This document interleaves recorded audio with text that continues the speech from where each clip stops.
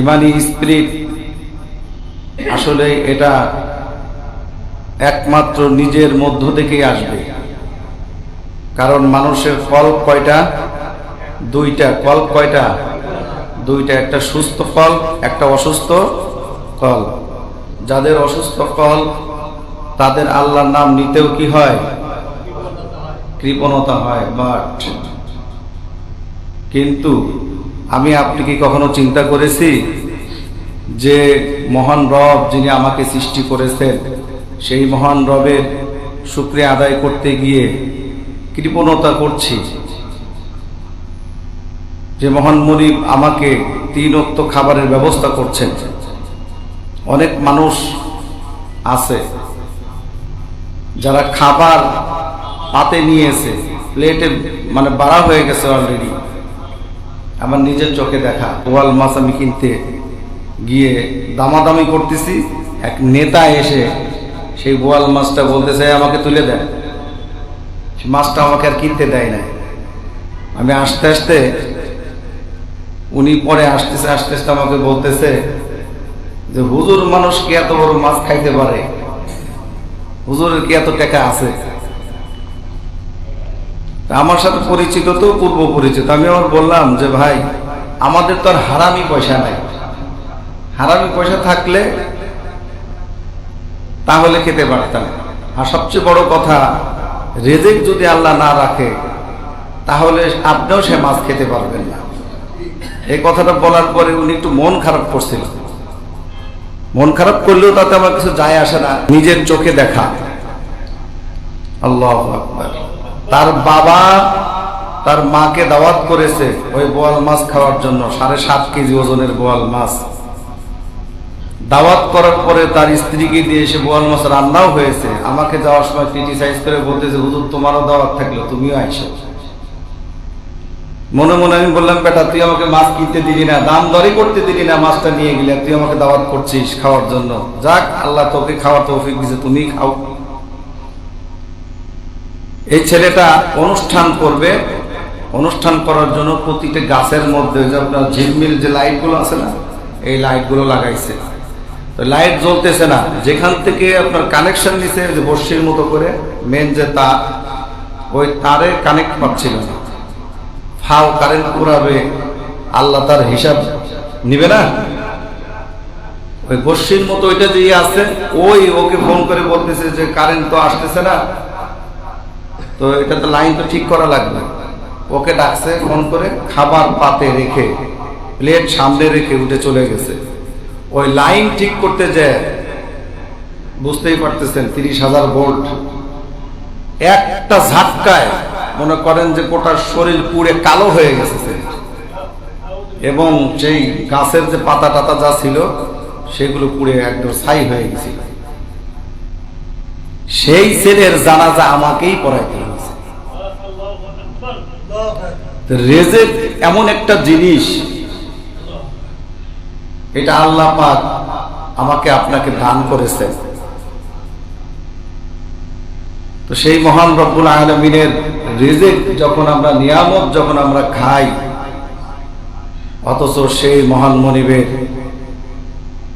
দাসত্ব, তার গোলামি করতে আমরা যদি এতটাই কৃপণতা করি, কি জবাব কিয়ামতের ময়দানে সেই মহান মনিবের কাছে দিব?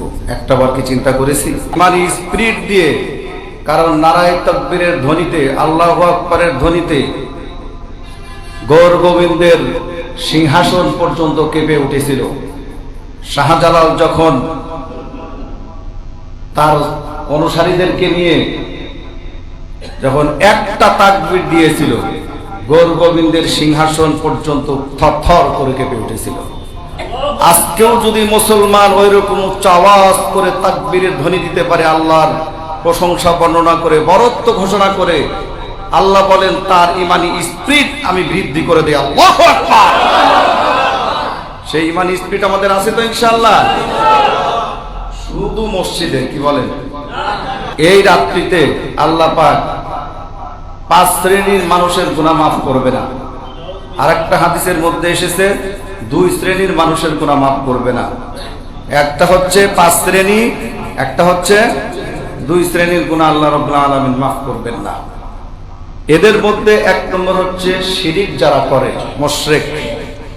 এই মুশরিকদের গুনাহ আল্লাহ রাব্বুল আলামিন মাফ করবেন না। সূক্ষ্ম সূক্ষ্ম যে আমাদের শিরিকগুলো আছে, আমরা হয়তো অনেকে ভেবেও দেখিনি যে এগুলো যে শিরক। এক নম্বর হচ্ছে মাজারে সেজদা করা। কি করা? আমাদের বাংলাদেশে এগুলো নাই। যারা বললেন না, যারা মাজারে সেজদা করে, এরকম লোক নাই? পীরের সামনে মাথা নত করা, এটা অনেকে জানে না, যেটা একটা শিরক, সূক্ষ্ম শিরক। পীরের কাছে কি করা? মাথাকে নত করে দেওয়া, গণকের কাছে হাত দেখে ভাগ্য গণনা করা। কার কাছে? গণকের কাছে। আছে না অনেক এরকম লোক? হাত দিয়ে এরকম বলে না, এই তোমার অমুক হবে তমুক হবে, বলে না? ওর ক্ষমতা আছে? আরে বেটা, তুই যদি হাত দেখে বলতে পারিস, তোর নিজের ভাগ্য তুই বলতে পারিস না কেন? এটা সূক্ষ্ম শিরক, ভালো করে মনে রাখবেন। এক নম্বর কি? মাজারে সিজদা করা। দুই নম্বর পীরের সামনে মাথাকে নত করে দেওয়া, গণকের কাছে হাত দেখে ভাগ্য গণনা করা, আল্লাহ ছাড়া অন্য কিছুর নামে কসম খাওয়া। আমরা করি না এরকম কসম? করি কি না? আল্লাহ ছাড়া কিন্তু অন্য নামেও কিন্তু আমরা কি করি? কসম করি। এটা করা যাবে না, এটা শিরক। এরপরে হচ্ছে আল্লাহর সৃষ্টি নিয়ে তামাশা করা। আল্লাহর সৃষ্টি নিয়ে কি করা? তামাশা করা। এটা টেবুনিয়ায় নাই। বুঝছেন কি এটা কি? একটু কালো যদি হয়, ঠোঁটটা যদি একটু মোটা হয়, দাঁত যদি একটু ভাঙা হয়, আমরা ক্রিটিসাইজ করি না? এটা করা যাবে না, কারণ আল্লাহর সৃষ্টি সব কিছুই কি সমান সুন্দর। আল্লাহ যাকে ইচ্ছা তাকে সুন্দর করেছেন, যাকে ইচ্ছা তাকে অসুন্দর করেছেন। কিন্তু এই সৃষ্টি নিয়ে অনেকেই তামাশা করে, এটা করা কি? শিরক। এটা করা যাবে না। আর তাবিজ কবজের উপর বিশ্বাস করা, এটা করা হারাম। এটা কি? হারাম এবং শিরক। এটার উপর বিশ্বাস করা যাবে না। অনেক হুজুররা আছে কি করে? এটা ব্যবসা, এটা ভালো একটা বিজনেস। কথা বলছেন? এটা তাবিজ দেখে কি করে? গলায় পরায় দেয়, কয় এইটাতে তোমার রোগ ভালো হয়ে যাবে। বলে নাউজুবিল্লাহ। রোগ ভালো হওয়ার মালিক কে? ভালো করে কে দিবেন? পৃথিবীর কোন ডাক্তারের ক্ষমতা আছে? কবিরাজের ক্ষমতা আছে? কোন মেডিসিনের ক্ষমতা আছে? এটা হচ্ছে উসিলা। এটা কি? উসিলা। শব্দ আছে দুইটা, একটা তাবিজ, একটা তাওয়িজ। শব্দ কি? দুইটা, একটা তাবিজ, একটা হচ্ছে তাওয়িজ। এটা আমাদেরকে বুঝতে হবে আগে। তাবিজ যেটা, সেটা হচ্ছে হাড় হাড্ডি, বিভিন্ন জায়গার চুল, বিভিন্ন জায়গার মাটি, এগুলো দিয়ে যারা তাবিজ কবজ করে, তারপর বলে এটাতে তোমার ভালো হয়ে যাবে, জিনে ধরছে তোমার এটা ভালো হয়ে যাবে, এটাকে বলা হয় তাবিজ। এটা পুরাপুরি ডাইরেক্ট শিরক। এটা কি? শিরক। আরেকটা আছে তাওয়িজ, সেটা হচ্ছে কোরআনের আয়াত লিখে অনেক হুজুরা কি করেন? উড়িয়ে দেন, বলেন যে আল্লাহর রহমতে কোরআনের আয়াত পড়ে দিতে হয়তো আল্লাহ মাফ করে দিতে পারে। এটা জায়েজ, মনে থাকবে। যদি বলে যে এইটা দিলাম কোরআনের আয়াত, আল্লাহ পাক ইচ্ছা করলে এই আয়াতের মাধ্যমে, এই আয়াতের সম্মানার্থে আল্লাহ তোমাকে মাফ করে দিবে, এটা জায়েজ, মনে থাকবে। আচ্ছা, এরপরে হচ্ছে হিন্দুদেরকে নমস্কার করা। এটা আমাদের টেবুনিয়ায় নাই। কথা বলেন, আছে? আমি অনেকের দেখছি, যদি কোনো হিন্দু ভদ্রলোক মোবাইল ফোন করে, আমি অনেকের দেখছি এই নমস্কার করা। আমি টেবুনিয়াতেই দেখছি, আমি নাম বলবো না, আমি টেবুনিয়াতেই দেখছি সালাম। আপনি যেই হোক না কেন, আপনি যাকে চিনেন বা না চিনেন, যদি মনে করেন যে আপনি চিনেন হিন্দু, আপনি তাকে সালাম দিবেন না, দরকার নাই, দরকার নাই। কিন্তু আপনি তাকে নমস্কার দিতে পারবেন না। তার সম্মানার্থে যদি আপনি নমস্কার করেন, নমস্কারের অর্থ কি আপনি জানেন? নমস্কার মনে হচ্ছে আপনার মাথাকে তার কাছে নত করে দিলেন। নম মানে কি? মাথাকে নত করা। এটা আপনাকে ভাষা বুঝতে হবে। নমস্কার মানে হচ্ছে মাথাকে নত করে দেওয়া। আপনি তার কাছে স্যালেন্ডার করলেন মাথাকে নত করে দিয়ে, এটা কখনো করবেন না, এটা শিরক। এটা কি? শিরক, এটা করবেন না। এরপর হচ্ছে কবরবাসীর কাছে কিছু চাওয়া। আমাদের বাংলাদেশে এগুলো অহরহ হচ্ছে। বাচ্চা কাচ্চা হয় না, তখন কি করে? পীর সাহেবের মাজারে যায়, যাওয়ার পরে কয় কি বলে যে আপনি তো আল্লাহর ওলি, আপনি একটু দোয়া করে দেন। মরা মানুষের ক্ষমতা আছে নাকি? কথা বলেন কেন? আপনি জীবিত অবস্থায় কি করছিলেন? আর বাচ্চা দেওয়ার মালিক কে? সুস্থ করার মালিক কে? পরীক্ষায় পাশ করানোর মালিক কে? কারণ যদি আপনার ব্রেন না থাকে, ব্রেনটা দিছে কে? কথা বলেন, কে দিয়েছে? আপনি পীরের দরবারে গেলে, মাজারে গেলে কি আপনি পাশ করতে পারবেন? যদি আল্লাহ না, যদি আপনাকে পাশ না করায়। এই জন্য এটাও শিরক, ভালো করে মনে রাখবেন। কবরবাসীর কাছে কিছু চাওয়া, এটা চাওয়া জায়েজ নাই। তবে হ্যাঁ, আপনি এই কথা বলতে পারেন যে আপনি আল্লাহর ওলি, কারণ ওলিরা কখনো মরে না, মৃত্যুবরণ করে না। আল্লাহ স্পষ্ট করে বলে দিয়েছেন, আলা আউলিয়া আল্লাহ লা খাউফুন আলাইহিম ওয়া লা হুম ইয়াহজানুন। একমাত্র যদি আমি আল্লাহকে কেউ ভয় করে, আমার আউলিয়া ওলিরা ভয় করে আমাকে। আল্লাহু আকবার। আর আল্লাহর ওলিরা কখনো মরে না, তাদের কোনো মৃত্যু নাই, কবরেও তারা জিন্দা। সুবহানাল্লাহ বলবেন না? এই জন্য এটা বলতে পারেন যে আপনি আল্লাহর ওলি, আপনার সাথে আল্লাহর ভালো সম্পর্ক, যেহেতু খোদার সাথে আপনার ভালো সম্পর্ক, আপনি আমার জন্য দোয়া করতে পারেন, হয়তো আল্লাহ মাফ করে দিবেন। কিন্তু আপনি ডাইরেক্টলি যদি বলেন যে আপনার অনেক ক্ষমতা আছে, এর আগে আমি বলিনি, বলে না আল্লাহর দন কাকে দিয়া? নবীকে দিয়া। আল্লাহ গেছেন গায়েব হয়ে, কোথায় গেছেন? আমেরিকায়। নবীর দন খাজা নিয়ে বৈশা আছে আজমিরে, কেউ ফিরে না খালি হাতে। খাজা তোমার দরবারে। সবাই এক বাক্যে বলেন না আউযুবিল্লাহ। এ কথা যদি কেউ বিশ্বাস করে, আল্লাহর কসম তার ঈমান থাকবে না। সাবধান। অনেক মাজার পূজারী, অনেক আলেম আছে, ভণ্ড আলেম আছে, যারা মাজারকে এতটাই প্রাধান্য দেয় যে আল্লাহর চাইতে বড় করে দেখে তারা। এটা করবেন না, কখনো করবেন না। এরপরে মাথা ধরে কসম খাওয়া। কি ধরে কসম খাওয়া? মাথা ধরে কসম কাটা যাবে না। অনেক বলে না তুই ওর মাথা দিয়ে কসম কাট, বলে নাই কথা। আপনার ঘরে স্ত্রী কথা বলবে, দেখবেন কোন কথা যদি বলেন, বিশ্বাস না করার ঘরে বলবে তোমার সন্তানের মাথা দিয়ে কসম কাট, বলে কি না? কথা বলেন না কেন? অনেকে আছে এরকম, কোন কাজ করছেন, হয়তো আপনি হয়তো অন্যায় করে ফেলছেন, যদি আপনি অস্বীকার করেন, বলবে ঠিক আছে তোমার সন্তানের মাথা দিয়ে কসম কাট। এটা খবরদার করবেন, এটা শিরক। এরপর হচ্ছে লাস্ট যেটা 10 নম্বর শিরক, এটা আমরা অনেকেই বুঝি না। ড্রাইভার অনেক সময় যখন গাড়ি চালায়, দেখা যাচ্ছে যে অ্যাক্সিডেন্ট হওয়া ভাব হয়ে গেছে, একটু কোনো রকমে কায়দা মতো যদি একটু সরে যদি চলে যেতে পারে, আমরা সবাই মিলে যাত্রীরা কি বলি, ড্রাইভারটা পাক্কা ড্রাইভার, যার কারণে ওনার কারণে আমরা বেঁচে গেছি। বলে না আউযুবিল্লাহ। এই সূক্ষ্ম শিরক, এটা মনে রাখবেন। এই ছোট্ট ছোট্ট শিরকগুলো আমরা বুঝতে পারি না। এই শিরকগুলো যদি আমরা করি, আল্লাহ বলতেছেন ইল্লাল মুশরিকিন, ওই মুশরিকদেরকে আমি কখনো আল্লাহ মাফ করব না। আমরা শিরক থেকে বেঁচে থাকতে চাই তো ইনশাআল্লাহ। আল্লাহ রাব্বুল আলামিন কোরআনুল কারীমের সূরাতুদ দুখান প্রথম আয়াতের মধ্যে কোট করে দিয়েছেন, হামিম ওয়াল কিতাবিল মুবিন ইন্না আনজালনাহু ফি লাইলাতিন মুবারাকাহ ইন্না কুন্না মুনজিরিন। আল্লাহ রাব্বুল আলামিন বলেন ওয়াল কিতাবিল মুবিন, এর আগে আছে হামিম, এটা হরফে মুকাত্তাআত। আল্লাহু আলাম, এটা আল্লাহ পাক সবচেয়ে ভালো জানেন। এরপরে আল্লাহ পাক বলছেন ওয়াল কিতাবিল মুবিন, শপথ সেই সুস্পষ্ট কিতাবের, যে কিতাব আল্লাহ রাব্বুল আলামিনের তরফ থেকে নাজিল হয়েছে। আল্লাহ পাক শপথ করে বলতেছেন ইন্না আনজালনাহু ফি লাইলাতিন মুবারাকাহ, এমন একটা রাত্রিতে, বরকতময় রাত্রিতে আমার কোরআনুল কারীমকে আমি রব্বুল আলামিন নাজিল করে দিয়েছি। কোন রাত্রিতে? বরকতময় রাত্রিতে।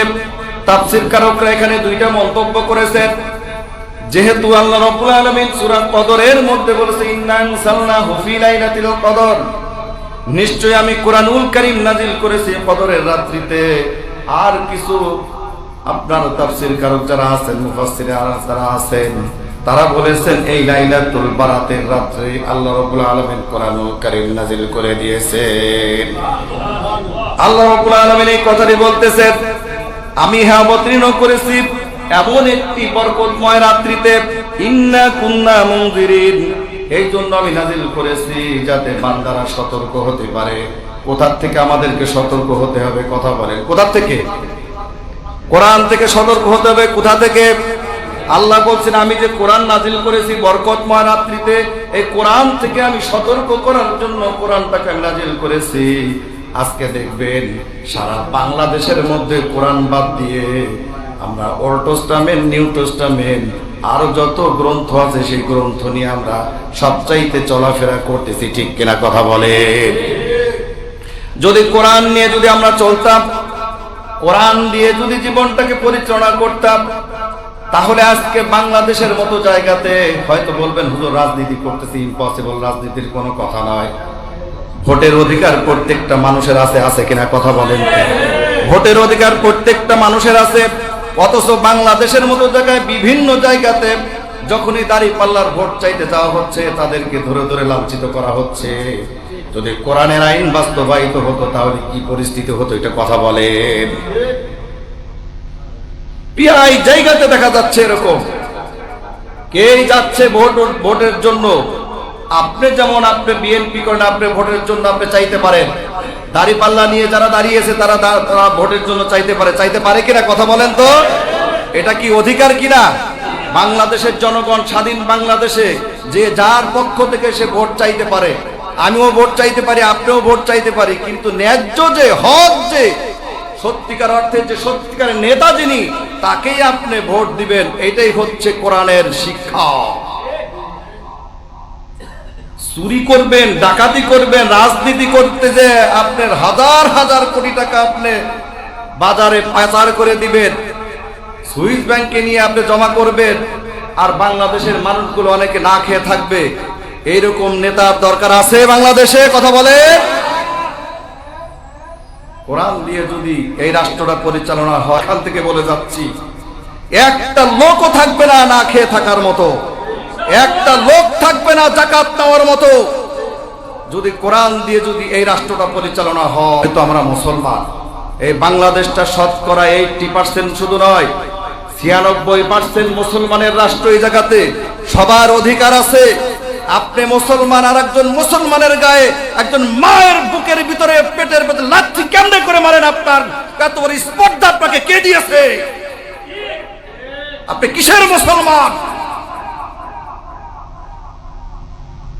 যে নারীর গায়ে আপনি হাত তুলেছেন, একটাবার চিন্তা করছিলেন আপনি যে এরকম আমার মা ঘরে আছে, আমার বোন ঘরে আছে? আপনি ভোট চাইতে গেছে, আপনি পারতপক্ষ হয়তো তাকে বুঝিয়ে বলে আপনি তাকে পাঠিয়ে দিতে পারেন। লাথি মারার কি আপনি তার পেটে লাথি মারলেন?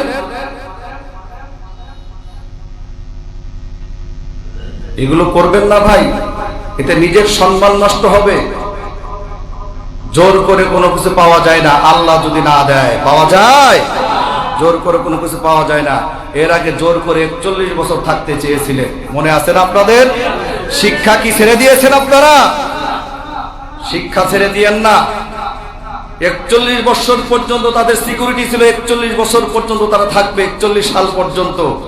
কিন্তু আল্লাহর মার, দুনিয়ার ভাই, কথাটা মনে রাখবেন। এই কোরআনের উপর যখনই হস্তক্ষেপ হয়েছে, আলেমদের উপরে যখনই হস্তক্ষেপ হয়েছে, বাংলার জমিনে বাংলার মানুষ, বাংলার জনতা তাকে ছেড়ে দেয় নয়। যেহেতু ভোট, সবাই কাঁধে কাঁধ মিলিয়ে আমরা কাজ করি, এটা আমার একান্ত প্রয়োজন ছিল, কারণ আপনারা যাতে সবাই কাঁধে কাঁধ মিলে কাজ করতে পারেন।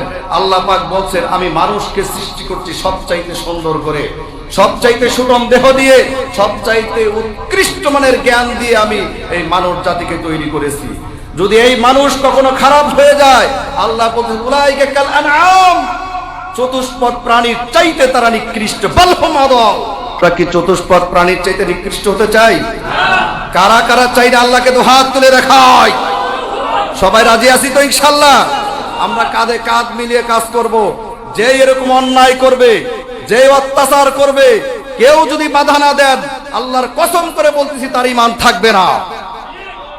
অন্যায়ের প্রতিবাদ করার জন্য রাসূল বলেছেন, মা মিন নাবিয়্যিন বাসাল্লাহু ফি উম্মতিহি ওয়া ইয়াকতাদুনা বিআমরিহি সুম্মা লা ইয়াখাফুনা লা ইউমারুনা মান জাহাদা বিহি ফাহুয়া রাদ্দুন। যে ব্যক্তি অন্যায় হওয়ার পরেও শক্তি প্রয়োগের দ্বারা বাধা দিল না, যে ব্যক্তি অন্যায় হওয়ার পরে মুখের দ্বারা বাধা দিল না, যে ব্যক্তি এটা না পাওয়ার পরে মনে মনে ঘৃণা করলো না, রাসূল বলছেন তার ঈমান হচ্ছে কমজোরি। আর এই তিনটার ভিতরে যদি না থাকে, আল্লাহ রাসূল বলছে সে আমার উম্মত না, সে আমার উম্মত না। আর রাসূলের যদি উম্মত না হয় তাহলে মুসলমান দাবি করতে পারি? মুসলমান কথা বলেন, দাবি করতে পারি? এই জন্য আসুন নিজেদের সম্পর্ক নিজেরা নষ্ট করবেন না। কাঁধে কাঁধ মিলিয়ে সুন্দরভাবে ভালো আচরণের মাধ্যমে মানুষকে বুঝিয়ে দেন যে আমরা দেশকে সুন্দরভাবে পরিচালনা করব, যার কারণে আমাদের আচরণটা এত সুন্দর, ঠিক কিনা? দেখবেন টাকি মাছ আর পুঁটি মাছ মানুষ কি একভাবে ধরে? টাকি মাছ কিভাবে ধরে? কেন ধরে? বেশি বাড়াবাড়ি করে সেই জন্য, ঠিক কিনা? এটা থেকে শিক্ষা নেবেন যে টাকি মাছ ধরতে গেলে কি করে ধরতে হয়? জোর করে ধরতে হয়। কিন্তু পুঁটি মাছ কি তাই ধরতে হয়? যেগুলো নরম মাছ সেগুলোকে এইভাবে ধরতে হয়? ধরতে হয় না। এই জন্য এইখান থেকে আমাদের শিক্ষা নেওয়া দরকার, আমাদের যেন আচরণটা এরকম না হয়, ওই টাকি মাছের মতো না হয়। আবার জিয়েল মাছ যেটাকে বলি শিং মাছ, এই শিং মাছ ধরতে গেলে সতর্কতা অবলম্বন করে ধরতে হয়, ঠিক কিনা? কোরআনের উপরে যদি কেউ আঘাত করে, যারা কোরআন দিয়ে রাষ্ট্র পরিচালনা করতে চায় তাদেরকেও যদি আঘাত করা হয়, আল্লাহর কসম বলতেছি বাংলার জমিনে তাদের শিক্ষা না হওয়া পর্যন্ত আল্লাহ তাদের মৃত্যু দিবে না। কেউ এরকম অন্যায় করবেন না। আপনার আমার সবারই অধিকার আছে। আমি এখানে হয়তো আজকে যে কথাগুলো বলতেছি কালকে আমার চাকরি নাও থাকতে পারে, ইম্পসিবল, তাতে আমার কোনো ইয়ে নেই, ডোন্ট কেয়ার। আমার চাকরি থাক আর না থাক, সত্য কথা আমি বলবোই। আমি যতদিন বেঁচে আছি আমি বলবোই। কোরআন দিয়ে জীবনটাকে পরিচয় করেন। আপনি কিসের নামাজ পড়েন? আপনি 5 ওয়াক্ত নামাজ পড়তেছেন, আল্লাহকে সিজদা করতেছেন, বাইরে যে মানুষকে অন্যায় ভাবে মারতেছেন, এ কি নামাজের শিক্ষা? এটা কথা বলেন, নামাজের শিক্ষা? কোনোদিনও না। কারণ আমাদের সবাইকে একদিন এই দুনিয়া থেকে চলে যেতে হবে, জানতে হবে কিনা ভাই? যেই হোক না কেন, 100 বছর পরে হোক, 150 বছর পরে হোক, আমাদেরকে দুনিয়া থেকে চলে যেতে হবে, যাইতে হবে না? হযরতে মালিক ইবনে দিনার রহমাতুল্লাহি আলাইহি একজন সেনানায়ক ছিল। শুধু কি সেনানায়ক ছিল, তিনি ট্যাক্স এবং ভ্যাটের টাকাগুলো কোষাধ্যক্ষের দায়িত্বে ছিল রাষ্ট্রের। অনেক টাকা পয়সা তার ছিল। তিনি শুধুমাত্র মদ খেত না, মানুষের সাথেও জুলুম করত। এরকম একদিন মালিক ইবনে দিনার মদ খেয়ে যখন বাড়িতে আসলেন, আসার পরে তার ছোট্ট সন্তান, ছোট্ট কন্যা সন্তান তার মদের বোতল নিয়ে যখন গিলাসটা নিয়ে যখন মদ খাওয়ার জন্য যখন প্রস্তুতি নিচ্ছে, ছোট্ট সন্তানটি 4 থেকে 5 বছরের সন্তান, তাজকিরাতুল আউলিয়ার মধ্যে তার জীবনেতে এসেছে। মালিক ইবনে দিনার রহমাতুল্লাহ আলাইহি এমন কোন আলেম নাই তাকে যে তারা চিনে না। ইরাকে তার বসবাস ছিল, বিশ্ববিখ্যাত একজন মুহাদ্দিস ছিলেন তিনি। এত বড় একজন জবরদস্ত আলেম হলেন। শবে বরাতের রাত চলে আসলো। মালিক ইবনে দিনার কি করলেন?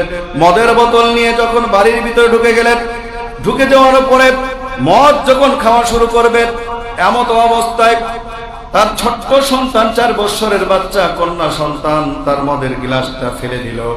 ছোট্ট সন্তানের এই দুষ্টামি দেখে আপনারও বলেন, আপনার বাড়িতে যে ছোট ছোট সন্তানগুলো আছে, যখন আপনার জিনিস নাড়াচাড়া করে, ঘরের জিনিস যখন নাড়াচাড়া করে, আপনি কি ধমক দেন না? আপনার ভালো লাগে? কথা বলেন তো, ভালো লাগে?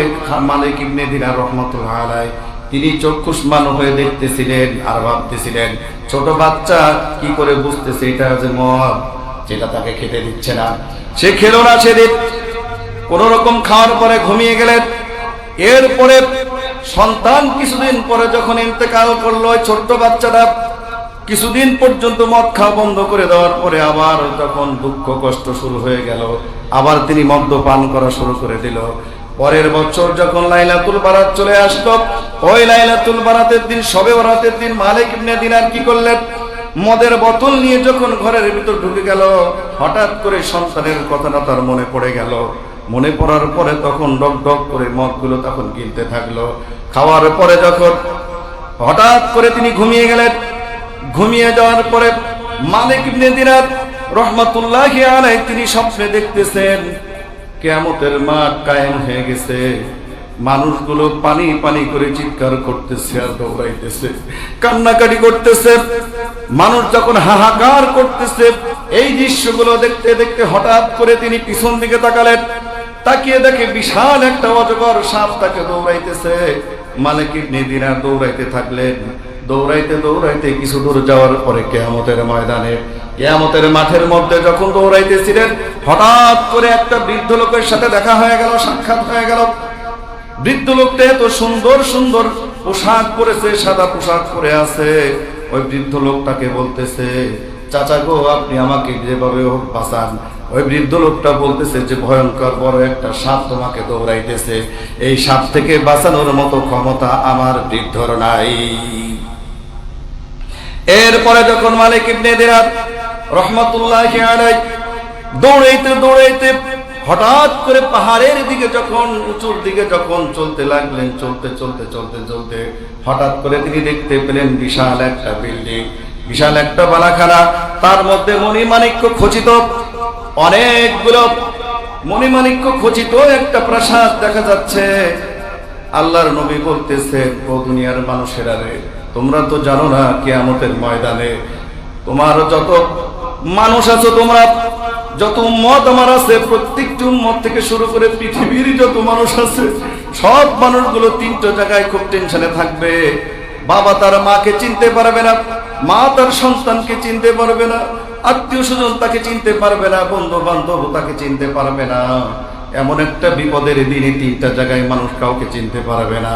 তার মধ্যে এক নম্বর হচ্ছে আল্লাহ রাব্বুল আলামিন যখন তাকে প্রশ্ন করবে, তুমি কি কি কাজ করেছো, আমলগুলো যে করেছো, মিজানের পাল্লায় যখন তাকে মাপকাঠি করা হবে, মিজানের পাল্লায় যখন দাঁড়ানো হবে, দাঁড়ানোর পরে দেখবে বদ আমলগুলো ভারী হয়ে গেছে না আমল ভালো আমলগুলো ভারী হয়ে গেছে। এই জায়গাতে মানুষ টেনশনে থাকবে, চিন্তায় থাকবে, মায়ের কথা মনে থাকবে না, বাবার কথা মনে থাকবে না, বন্ধুর কথা মনে থাকবে না, পীর তার মুরিদের কথা স্মরণ রাখবে না, মুরিদ তার পীরের কথা তখন আর মনে রাখবে না। এমন একটা মুসিবতের দিন হবে। ওই মুসিবতের দিনে আর একটি জায়গাতে মানুষজন তখন টেনশনে থাকবে, সেটা হলো তার আমলটা বাম হাতে দেওয়া হচ্ছে না ডান হাতে দেওয়া হচ্ছে, ওই জায়গাতেও সে টেনশনে থাকবে।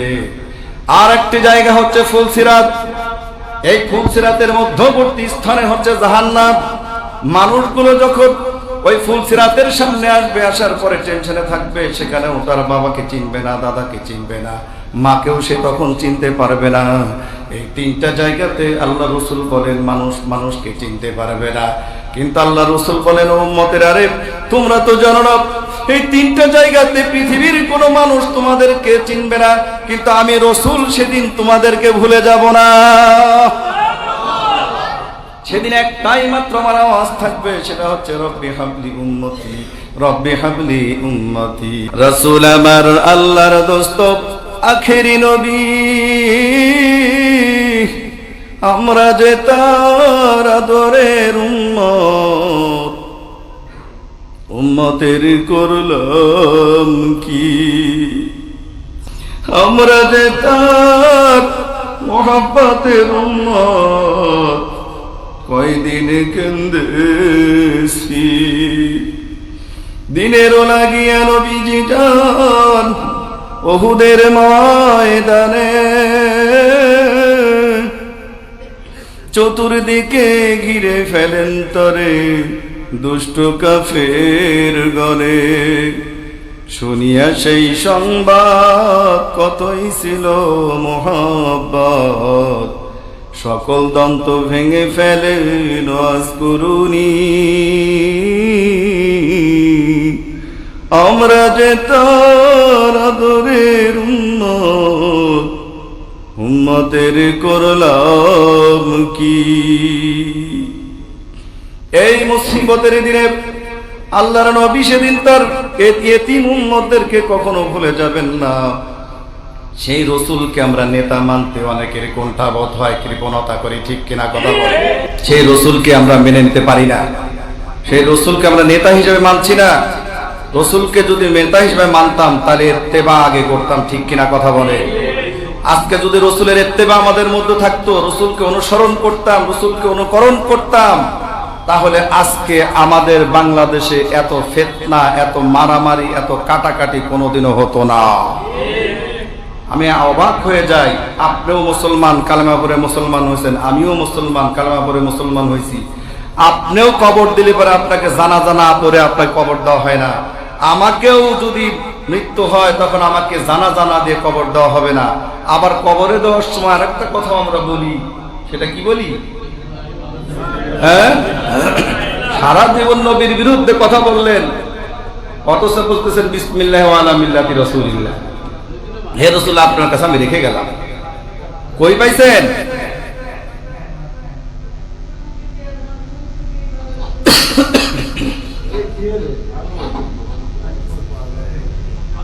এই রসুলকে আমরা চেনার চেষ্টা করি ভাই। হযরতে মালিক ইবনে দিনার রাহমাতুল্লাহি আলাইহি ওই কিয়ামতের মাঠ তিনি স্বপ্নে দেখতেছেন, মানুষ আহাজারি করতেছে, পানি পানি করতেছে, কান্নাকাটি করতেছে। বৃদ্ধ একজন লোককে যখন ডাক দিয়ে বললেন, সেও তাকে সাহায্য করলো না। যখন প্রাসাদের দিকে তিনি যখন দৌড়াইতে থাকলেন, দৌড়াইতে দৌড়াইতে এক পর্যায়ে তিনি প্রাসাদের সামনে এসে পৌঁছে গেলেন। পৌঁছে যাওয়ার পর ওই গেটম্যান তখন দরজাটা খুলে দিলেন। খুলে দেওয়ার পরে হযরতে মালিক ইবনে দিনার রাহমাহুল্লাহ যখন ভিতরে ঢুকলেন, দেখলেন ছোট্ট ছোট্ট বাচ্চাগুলো আল্লাহর নামে জিকির করতেছে, বলতেছে, সবাই পড়ি সুবহানাল্লাহ ওয়ালহামদুলিল্লাহ লা ইলাহা ইল্লাল্লাহ লা ইলাহা ইল্লাল্লাহু মুহাম্মাদুর রাসূলুল্লাহ, সবাই বলি সাল্লাল্লাহু আলাইহি সাল্লাম। হঠাৎ করে মালিক ইবনে দিনার দেখলেন দৌড়ে ছোট্ট একটা সন্তান তার কোলের উপর ঝাঁপিয়ে পড়লেন। তিনি তাকিয়ে দেখলেন তার এই যে মৃত্যুবরণ করেছে, যার ছোট সন্তান, কন্যা সন্তানটি ছিল, সেই সন্তানটি তার কোলের মধ্যে এসে ঝাঁপিয়ে পড়েছে। ঝাঁপিয়ে পড়ার সঙ্গে সঙ্গে পিছন দিকে যখন তাকিয়ে দেখলেন, দেখতে পেলেন যে বিশাল বড় একটা অজগর সাপ ছিল। সে সাপটাকে আর দেখা যায় না। হযরতে মালিক ইবনে দিনার রাহমাতুল্লাহি আলাইহি তখন সন্তানকে বলতেছে, সন্তান রে, তোমাকে তো আমি কবর দিয়ে এসেছিলাম, আজকে তোমাকে এত সুন্দরভাবে কেমন করে দেখতেছি। আল্লাহ রাসূল বলেন, ও উম্মতের রে, তোমাদের মধ্য থেকে যদি কোনো ছোট্ট সন্তান মারা যায়, তার জন্য বুক থাপড়াবে না, জোরে জোরে কান্নাকাটি করবে না, ধৈর্য ধারণ যদি করতে পারো, ওই সন্তানটা, তোমরা তো জানো না, প্রত্যেকটা সন্তান, মুসলমানের ঘরের সন্তান যেগুলো আছে, প্রতিটি সন্তানগুলো ইব্রাহিম আলাইহিস সালাতু ওয়াস সালামের কাছে এসে জমা হয়। এখানে কোরআন তাদেরকে শিক্ষা দেওয়া হয়, আল্লাহর নামে তাসবিহগুলো তাদেরকে শিক্ষা দেওয়া হয়। আল্লাহ রাসূল বলতেছেন, ওই সন্তানটার জন্য যদি তুমি এত আহাজারি না করো, কিয়ামতের ময়দানে সন্তান তোমার নাজাতের উসিলা হয়ে যাবে। ওই সন্তান তখন তার বাবাকে ডাক দিয়ে বলতেছে, ও আমার পিতা, এখনো কি আপনার সময় হয় নাই? এখনো কি আপনার মদ ছেড়ে দেওয়ার সময় হয় নাই? এখনো কি আপনার সুদ খাওয়ার, এই ছাইরে দেওয়ার কি সময় আপনার হয় নাই? এখনো কি মানুষের উপর অত্যাচার করার, নির্যাতন করার, এই দিক থেকে ফিরে আসার সময় কি আপনার এখনো হয় নাই? এখনো কি আপনাকে এই সময় আল্লাহ পাক আপনাকে দেয় নাই? যদি আপনাকে দিয়ে থাকে, তাহলে এখান থেকে আপনি শিক্ষা গ্রহণ করেন। যদি আপনি এখান থেকে শিক্ষা যদি আপনি গ্রহণ করতে না পারেন, তাহলে আপনি কিয়ামত পর্যন্ত আর শিক্ষা কোনোদিন আপনার হবে না। এ কথা বলার পরে তার ঘুম ভেঙে গেল। ঘুম ভেঙে যাওয়ার পরে দেখে এখনো শবে বরাতের রাত শেষ হয় নাই। তিনি কি করলেন? গোসল করলেন। গোসল করার পরে ওযু করে মসজিদে চলে আসলেন। চলে আসার পরে দু রাকাত করে মিনিমাম 6 রাকাত নামাজ তিনি আদায় করলেন। আদায় করার পরে আল্লাহর কাছে সিজদায় পড়ে এমন কাঁদলেন, আল্লাহ রাব্বুল আলামিনের রহমতের জরিয়ায় জোশ টেনে গেল। আল্লাহ রাব্বুল আলামিন কাশফ করে দিলেন। কাশফ করে দিয়ে বলতেছিল, মালিক ইবনে দিনার রে, তুমি তো জানো না, তুমি এমন ভাবে তওবা করেছো, তুবু ইলাল্লাহি তাওবাতুন নাসুহা, তুমি যে তওবা করেছো, আমি আল্লাহর রহমতের দরিয়ায় জোশ টেনে গেছে।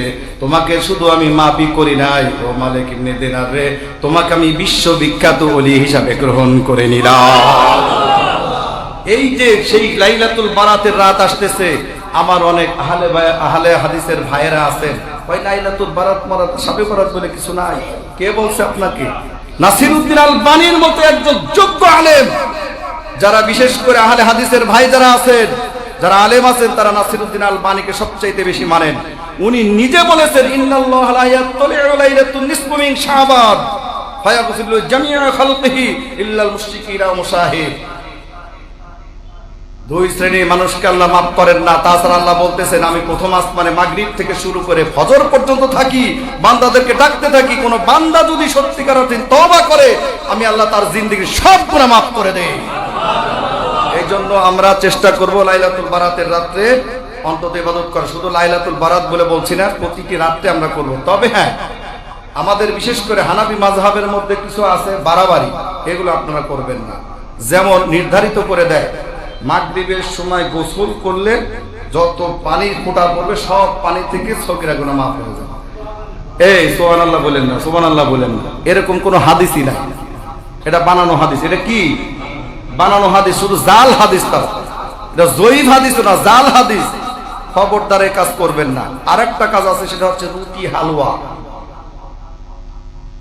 এই শবে বরাতের দিন আসলে রুটি হালুয়ার ছেঁড়াছিঁড়ি একবারে। কেন? রুটি হালুয়া কি আগের দিন খাওয়া যায় না? তার পরের দিন খাওয়া যায় না? প্রতিদিন খাওয়া যায় না? ওই দিনকে বানাই গরিব মিসকিনকে দেওয়া লাগবে?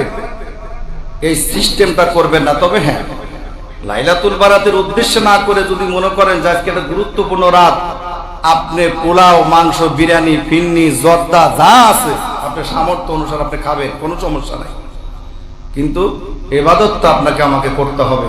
কারণ আমরা তো কেউ গুনাহ ছাড়া নাই। কে আছি? আমরা কি বুকে হাত দিয়ে বলতে পারবো যে আমরা গুনাহ ছাড়া আছি?